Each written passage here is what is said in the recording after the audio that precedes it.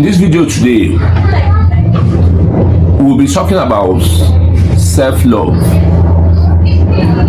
Like the society has made it to be like a crime. They made self-love to be selfishness, which is not true.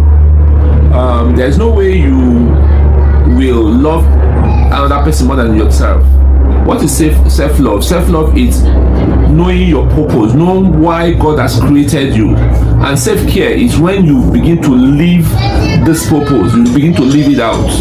So even the Bible recognizes self-love to be a perfect love, because the Bible says that you should love your neighbor as yourself.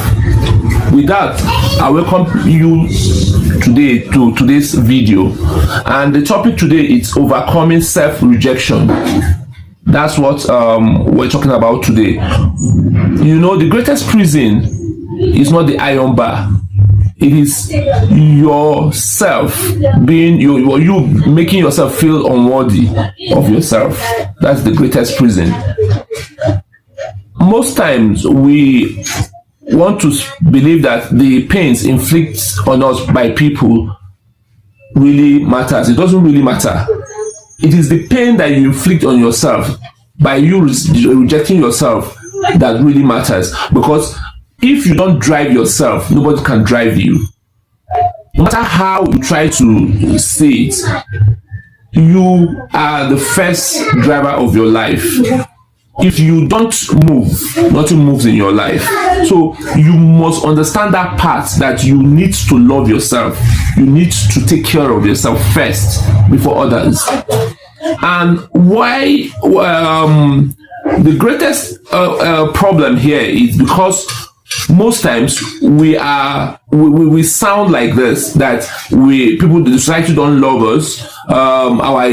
Our childhood, how we grew up, we had so many wounds, and we had past failures, harsh criticism. These are things that really has held us back. These are things that have held us down, that we reject we tend to reject ourselves without knowing it. And don't forget the fact that there is the consciousness and the subconsciousness. The subconsciousness controls the consciousness, because in the subconsciousness, that's where you have your past, that is where you have your belief, that's where you have your emotions. So if you have these things subconsciously, the subconsciousness controls the consciousness.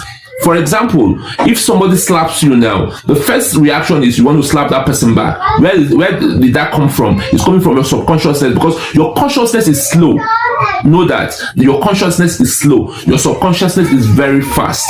That's why you see people, or we tend to be told that we should breathe in and breathe out, so that we can allow our consciousness catch up with this subconsciousness.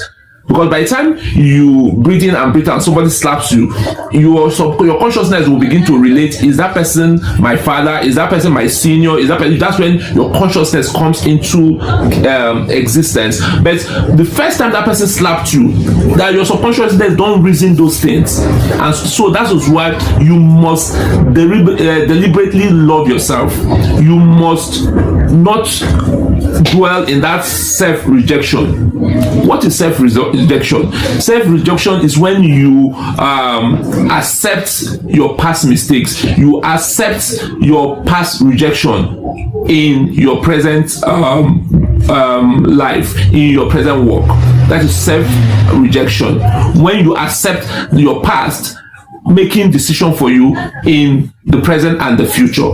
So, and what is the root cause of self-rejection? First is the past failure. Because you have failed in the past, you make the past become your what? Become a standard for you. No, that is an event. That is not you. So, secondly, harsh criticism. Because people criticize you in the past, you now has made it a bus stop for yourself. You now begin to dwell in it, which affects it affects you today, affects you tomorrow. So these are the root causes of self-rejection. Thirdly, you carry a childhood wound, that from childhood you were not given that love, you never that you really wanted or you really expected, so it's affecting your present and your future. Of course, there's a way out, and that way out is, how do I overcome this self rejection? One, you must what? You must separate yourself from your identity.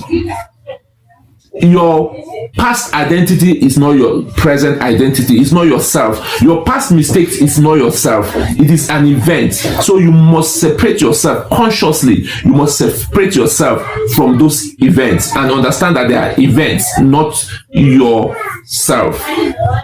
Secondly, you must replace those lies with the truth, because they are lies. Because why they are lies is because when you try to do something and you fail in it, it is not your person, it is an event, but your consciousness tells you that that is who you are, and it goes to stay in your subconsciousness.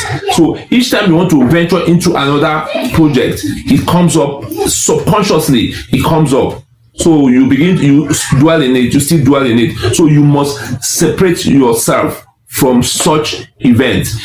Thirdly, you must not compare yourself with other people. You shouldn't do that, because by the time you begin to compare yourself with other people, you begin to see limitations, because we're all different. You might be in your own harvest season, I'll be in my own planting season. That does not mean I will not get to my harvest season. So you must separate yourself from all other person's ideology. You must know that you're competing against yourself and not against any other person. And finally, you must live your life according to what God has said about you. God said that you're the head and not the tail, that He has created you in His own image, not in the image of any other person. So you must live with that consciousness, and that will help you separate yourself and make yourself a better person. Because if you are to move from point A to point Z, you must understand the fact that self rejection is a killer, and which you must eradicate from your system. Thank you for staying with me this far, and I believe that we have learned something from this so far, and I would like to see you in my next video. God bless you.